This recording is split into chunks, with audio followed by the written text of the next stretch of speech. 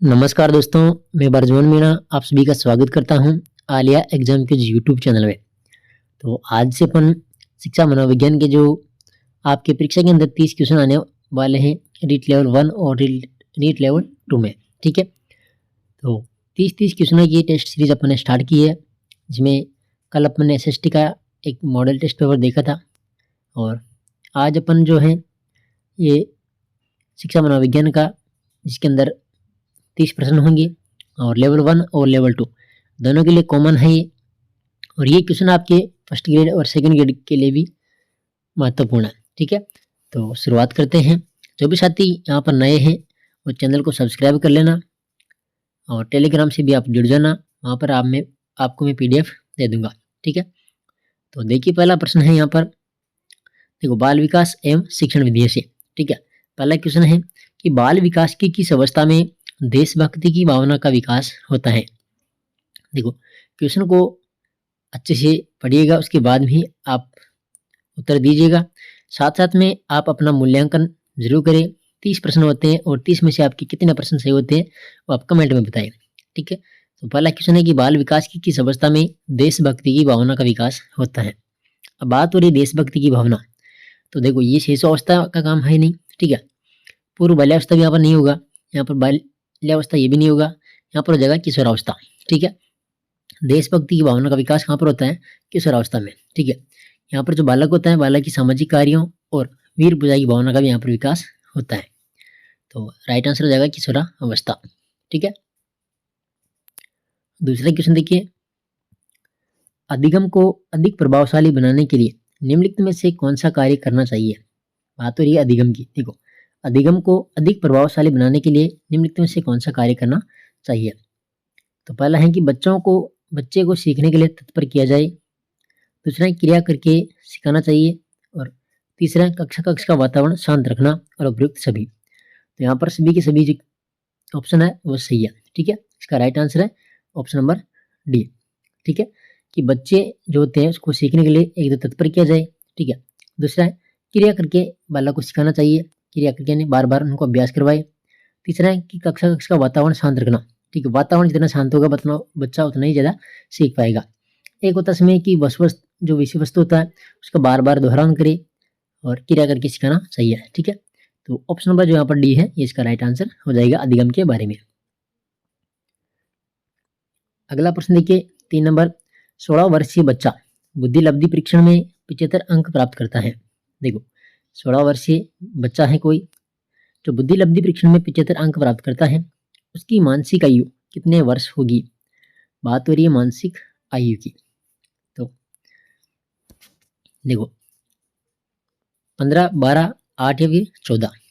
तो right answer देख लेते पहले। राइट आंसर इसमें क्या होगा, देखो मानसिक आयु पूछिए। ठीक है, मानसिक आयु कितने वर्ष होगी। तो सबसे पहले बुद्धि लब्धि का सूत्र होता है मानसिक आयु बटावा वास्तविक आयु इंटू 100। तो बुद्धि लब्धि यहाँ पर दी हुई है कितनी, बुद्धि लब्धि 75। ठीक है, तो ये 75। ठीक है, 75 गुणा मानसिक आयु अपन को ज्ञात करना है, तो ये मानसिक आयु MA। ठीक है, बटावा वास्तविक आयु कितनी है 16 वर्ष है। ठीक है, ये 16 इंटू अपन 100 करेंगे। ठीक है, अब देखिए अपन को ज्ञात करना है मानसिक आयु। ठीक है, तो मानसिक आयु इधर आ जाएगी। ठीक है, मानसिक आयु बराबर क्या होगा, ये 75 गुणा ये 16 ऊपर चले जाएंगे। ठीक है, 16 बटावा 100 बटावा 100। अब देखो इसको काट लेते हैं, ये 100 50 बार कट जाएंगे। ठीक है, ये 50 और ये कट जाएंगे इधर 8 बार। ठीक है, ये 50 25 बार कट जाएंगे यहाँ पर और ये कट जाएगा 4 बार। ठीक है, 25 से 75 काट देंगे अपन, 25 थी 75। ठीक है, और ये 4 गुणा 3 करेंगे तो कितना हो जाएगा 12। तो यानी इसकी जो मानसिक आयु है वो कितनी आ जाएगी, यहाँ पर मानसिक आयु जाएगी इसमें 12। ठीक है, तो इस प्रकार से इसको अपन सॉल्व कर सकते हैं। ठीक है, बुद्धि लब्धि ज्ञात करने का सूत्र मानसिक आयु बटा वास्तविक आयु इंटू कितना है 100। तो इस प्रकार से आपकी सूत्र लगा के यहाँ पर इसका राइट आंसर कर सकते हैं। इसमें आ जाएगा ऑप्शन नंबर बी 12। अगला क्वेश्चन देखिए 4 नंबर, व्यक्तिगत भिन्नता का अर्थ है।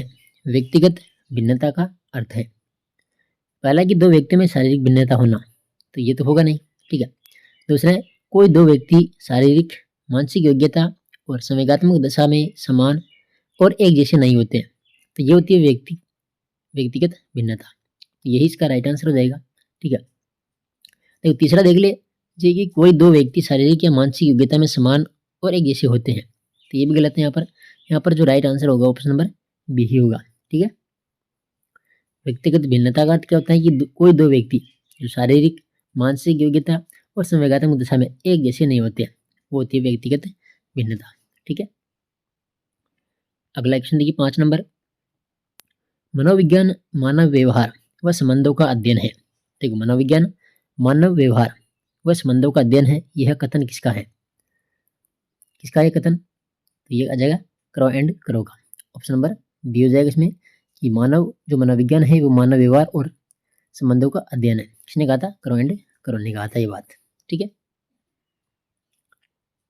आगे छठा क्वेश्चन है, निःशुल्क एवं अनिवार्य शिक्षा का बालकों का अधिकार 2009 के अंतर्गत किसी भी अध्यापक को निम्न में से किस कार्य के लिए नहीं लगाया जा सकता?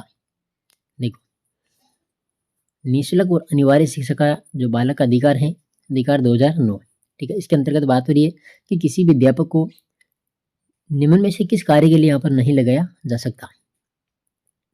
देखो पहला है कि 10 वर्ष पश्चात होने वाली जनगणना में, तो जनगणना में आप यहाँ पर शिक्षक की ड्यूटी लगाते हैं, ठीक है, तो ये तो हो जाएगा इसमें।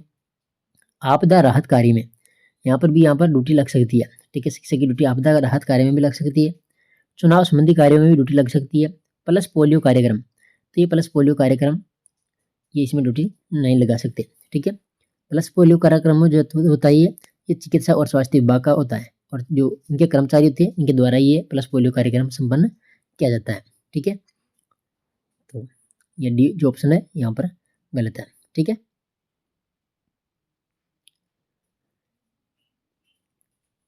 अगला क्वेश्चन देखिए 7 नंबर, शिक्षण अधिगम प्रक्रिया में शिक्षण कार्य होता है। शिक्षण अधिगम प्रक्रिया में शिक्षण कार्य होता है, तो इसका उत्तर आप सोच लीजिएगा, इसमें जाएगा ऑप्शन नंबर बी, कला और विज्ञान दोनों में, ठीक है, कला और विज्ञान दोनों इसका राइट आंसर हो जाएगा।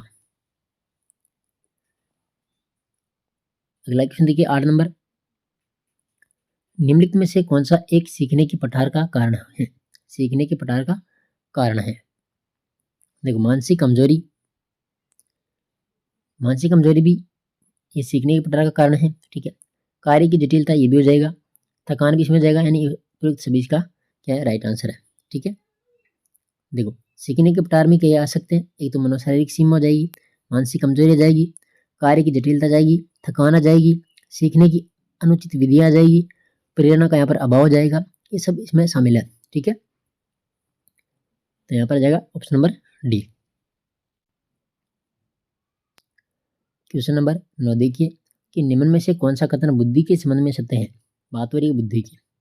ऑप्शन देखिएगा कि यह एक व्यक्ति की मानसिक क्षमता है, दूसरा है यह सामंजस्य अनुकूलन स्थापित करने में सहायक है, तीसरा है यह व्यवहार की गुणवत्ता से आंकी जाती है, और चौथा है उपयुक्त सभी। तो आप उत्तर सोच लीजिएगा, इसका जो राइट आंसर है हो जाएगा उपयुक्त सभी, ठीक है। बुद्धि देखो एक व्यक्ति की मानसिक क्षमता है, मानसिक क्षमता एक बुद्धि है, ठीक है, सामंजस्य और अनुकूलन स्थापित करने में ये सहायक होती है, और व्यवहार की गुणवत्ता से ही आंकी जाती है, ठीक है। तो उपयुक्त सभी इसका राइट आंसर है, डी ऑप्शन।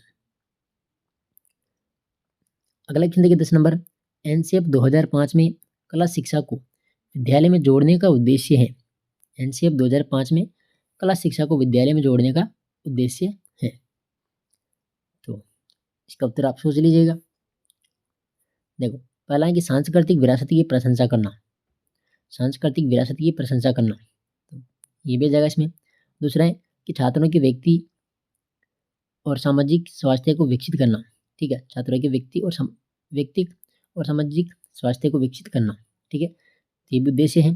संगीत, नृत्य और नाटक छात्रों के आत्मबोध, उनके ज्ञानात्मक और सामाजिक विकास में सहायक होते हैं, तो ऑप्शन नंबर सी भी हो जाएगा यहाँ पर, यानी उपयुक्त सभी जो इसका राइट आंसर हो जाएगा, ठीक है, ऑप्शन नंबर डी जो एनसीएफ 2005 है,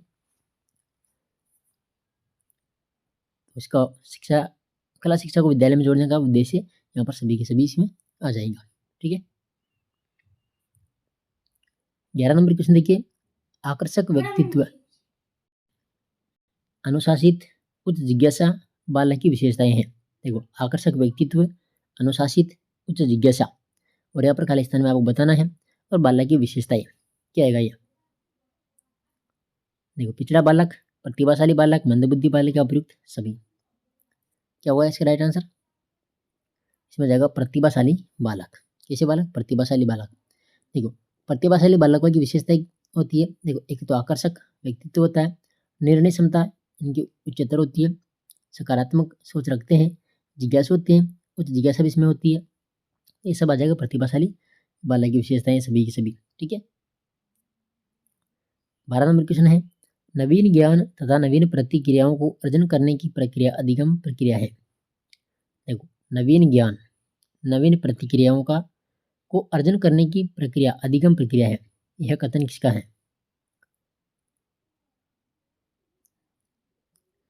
तो यह हो जाएगा वुडवर्थ का। किसका कथन है ये? वुडवर्थ का कथन है। ठीक है, अधिगम क्या है? तो अधिगम व्यापक और सतत प्रक्रिया है जो जीवन पर्यंत चलती ही रहती है। ठीक है, बालक जीवन भर कुछ ना कुछ सीखता ही रहता है, और सीखना ही क्या है? अधिगम है। ठीक है, प्रश्न नंबर 13 है, देखो खाली स्थान दिया है, के अनुसार इदम अहम या प्राअहम व्यक्तित्व के 3 घटक हैं। किसके अनुसार? बताइए राइट आंसर। बॉन्डोरा, युंग, एडलर या फ्राइड? तो इसमें आ जाएगा सिगमंड फ्राइड। ठीक है, फ्राइड के अनुसार जो व्यक्तित्व प्राथमिक संरचनाओं के यहाँ पर 3 तत्व बताए थे उन्होंने। ठीक है, इदम, अहम और प्राअहम। देखो, इदम को इड, अहम ईगो कह सकते हैं, और प्राअहम सुपर ईगो। ठीक है, इड और एक हो जाएगा ईगो, एक हो जाएगा सुपर ईगो।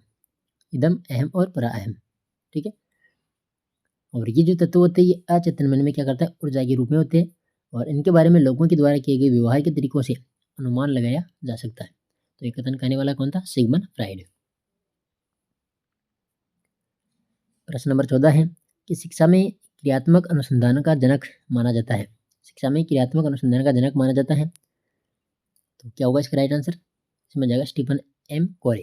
ठीक है, स्टीफन एम कोरे। 15 नंबर क्वेश्चन है, शेषावस्था तीव्र विकास की अवस्था है। शेषावस्था तीव्र विकास की अवस्था है, यह कथन किसने कहा था? फ्राइड, क्रॉन्डक्रो, वैलेंटाइन या वाटसन? तो यह कथन कहने वाला था वाटसन। कौन था? वाटसन। ठीक है, वाटसन के अनुसार शेषावस्था तीव्र विकास की अवस्था है, और शेषावस्था में जो बालक होता है शारीरिक मानसिक विकास यहाँ पर तीव्र गति से इनका होता है। प्रश्न नंबर 16 है, आशु बेल के अनुसार किस प्रकार के सीखने में समस्या का समाधान निहित होता है? किस प्रकार के सीखने में समस्या का समाधान निहित होता है? किसके अनुसार? तो क्या हो जाएगा इसमें? जाएगा खोजपूर्ण सीखना। खोजपूर्ण सीखना, सी ऑप्शन इसका राइट आंसर हो जाएगा। ठीक है, ये डेविड जो आशुबेल था उन्होंने 4 प्रकार के सीखने का वर्णन किया था। एक तो इसमें अन्वेक्षण या खोजपूर्ण तरीके से सीखना, ठीक है, एक समस्या समाधान से, एक तर्क चिंतन और एक व्यवहार। ठीक है, तो इस प्रकार यहाँ पर आ जाएगा खोजपूर्ण सीखना। 17 नंबर क्वेश्चन है, अनुकूलित अनुक्रिया सिद्धांत किसके अनुकूलन पर बल देता है? अनुकूलित अनुक्रिया सिद्धांत किसके अनुकूलन पर बल देता है? तर्क, अभिप्रेरणा, व्यवहार या चिंतन? 17 में हो जाएगा यहाँ पर ऑप्शन नंबर बी, व्यवहार। अगला क्वेश्चन देखिए 18 नंबर, व्यक्तित्व स्थायी समायोजन है। व्यक्तित्व क्या है? स्थायी समायोजन। तो किसके साथ में? पर्यावरण के साथ, प्रकृति के साथ और जीवन के साथ। इसका राइट आंसर है उपयुक्त सभी। ठीक है, 18 में जाएगा ऑप्शन नंबर डी। अगला क्वेश्चन देखिए 19 नंबर, मूल प्रवृत्तियों को 14 प्रकार से किसने वर्गीकृत किया है? मूल प्रवृत्तियों को 14 प्रकार से किसने वर्गीकृत किया है? देखो, यहाँ पर राइट आंसर है कौन? मैकडूगल। मैकडूगल ने 14 प्रकार की यहाँ पर मूल प्रवृत्तियाँ बताई थी, और 14 प्रकार की इन्होंने संवेग भी बताए थे। ठीक है, देखो मैकडूगल के अनुसार संवेग उत्पन्न होने के लिए जो क्रिया होती है उसे क्या कहते हैं? मूल प्रवृत्ति। और हर मूल प्रवृत्ति के साथ में एक संवेग जुड़ा हुआ होता है। ठीक है, तो राइट आंसर है बी ऑप्शन। 20 नंबर क्वेश्चन है उपचारात्मक शिक्षण के द्वारा। उपचारात्मक शिक्षण के द्वारा क्या आएगा यहाँ पर? देखो, छात्रों की कमजोरियों का निदान कर उसे दूर करने हेतु शिक्षण करते हैं।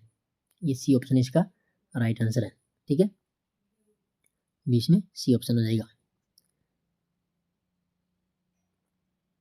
21 नंबर क्वेश्चन है कि निम्नलिखित में से कौन सी विशेषता अच्छे शिक्षण की नहीं है? अच्छे शिक्षण की नहीं है। तो देखो, अच्छा शिक्षण क्रिया द्वारा आधारित होता है। दूसरा है अच्छा शिक्षण लोकतांत्रिक होता है। अच्छा शिक्षण मूल्य आधारित नहीं होता है। और अच्छा शिक्षण सुव्यवस्थित निश्चित उद्देश्य होता है। तो यहाँ पर कौन से नहीं है कि अच्छा शिक्षण मूल्य आधारित नहीं होता है। ये जो सी ऑप्शन है यहाँ पर गलत है। बाकी 3 ऑप्शन सही है। ठीक है, कि अच्छा शिक्षण क्रिया के द्वारा आधारित होता है, लोकतांत्रिक होता है और अच्छा शिक्षण सुव्यवस्थित निश्चित उद्देश्य युक्त होता है। तो कौन सा नहीं है? C option. अगला क्वेश्चन देखिए 22 नंबर, जीन पियाजे के अनुसार संज्ञानात्मक विकास की अंतिम अवस्था कौन सी है? देखो, बात हो रही जीन पियाजे की, और जीन पियाजे ने जो सिद्धांत दिया था, ठीक है, संज्ञानात्मक विकास का सिद्धांत, इसमें 4 प्रकार की अवस्थाएं बताई थी इन्होंने। ठीक है, तो यहाँ पर बात हो रही है कि संज्ञानात्मक विकास की अंतिम अवस्था कौन सी है? अंतिम की बात हो रही है यहाँ पर।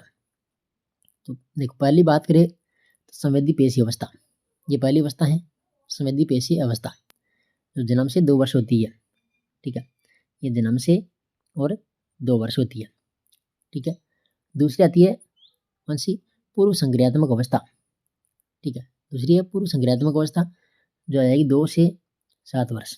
ठीक है, तीसरी अवस्था बताई थी इन्होंने मूर्त अवस्था या फिर ठोस संक्रियात्मक अवस्था, ये तीसरी अवस्था है। ठीक है, मूर्त संक्रियात्मक अवस्था, और ये बताई थी 7 से 11 वर्ष। ठीक है, और चौथी अवस्था और अंतिम अवस्था बताई थी इन्होंने अमूर्त संक्रियात्मक अवस्था। ठीक है, कौन सी बताई थी? औपचारिक भी कह सकते हैं अपन, औपचारिक या फिर अमूर्त संक्रियात्मक अवस्था। तो इसमें जाएगा ऑप्शन नंबर बी, और ये हो जाएगी 11 वर्ष से। ठीक है, 11 वर्ष के बाद में। ठीक है, 11 वर्ष से वयस्क अवस्था तक ये चलती है अमूर्त संक्रियात्मक अवस्था। तो ये जीन पियाजे ने जो संज्ञानात्मक विकास की कितनी अवस्था बताई? 4।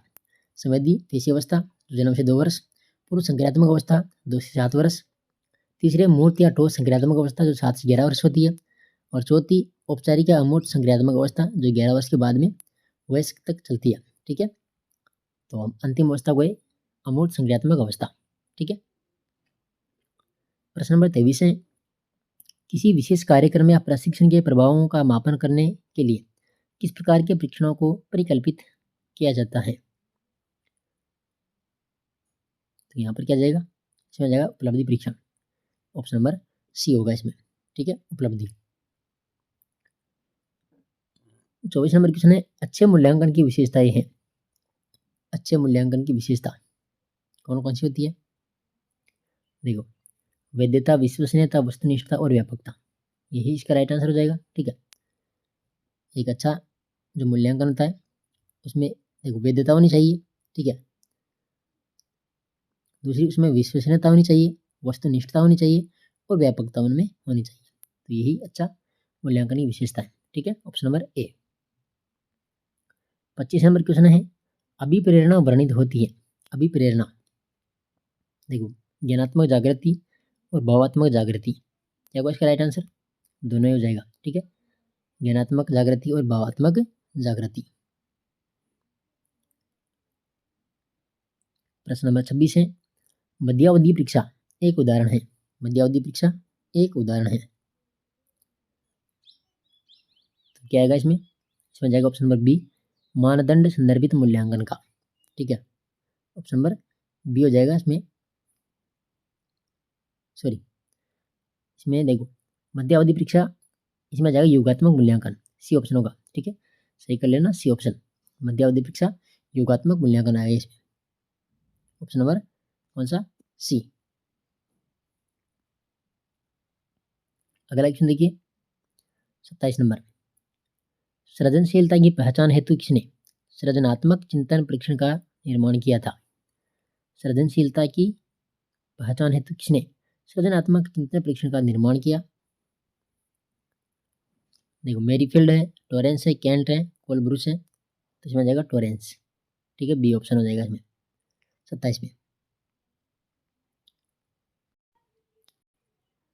28 नंबर क्वेश्चन देखिए, राष्ट्रीय शिक्षा नीति 2020 में उच्च शिक्षा में मल्टी डिसिप्लिनरी शिक्षा की अवधारणा के तहत कितने वर्ष की स्नातक डिग्री का प्रावधान है? ये भी अच्छा क्वेश्चन है। देखो 2 वर्ष, 3 वर्ष, 4 वर्ष या 5 वर्ष, तो यहाँ पर आ जाएगा इसमें 4 वर्ष की डिग्री होना आवश्यक है। ठीक है, 29 नंबर क्वेश्चन है, इंदिरा प्रियदर्शनी पुरस्कार योजना में कक्षा 12 की बालिका को कितनी राशि दी जाती है? इंदिरा प्रियदर्शनी पुरस्कार योजना, देखो ये जो पुरस्कार योजना है ये 2010-11 में शुरू की गई थी। ठीक है, और 2019 से इसका नाम बदल कर किया था इंदिरा प्रियदर्शना पुरस्कार। ठीक है, और इस योजना के तहत जो कक्षा 12 में जो प्रथम स्थान प्राप्त करने वाली जो बालिका होती है उसको यहाँ पर कितनी राशि दी जाएगी? तो यहाँ पर आ जाएगी इसमें कितनी, 1 लाख रुपए। ठीक है, सी ऑप्शन, या फिर 1 कोटि। ठीक है, देखो 1 लाख रुपए और 100 कोटि यहाँ पर दी जाएगी इस योजना के तहत। ठीक है, प्रथम स्थान प्राप्त करने वाली बालिका को।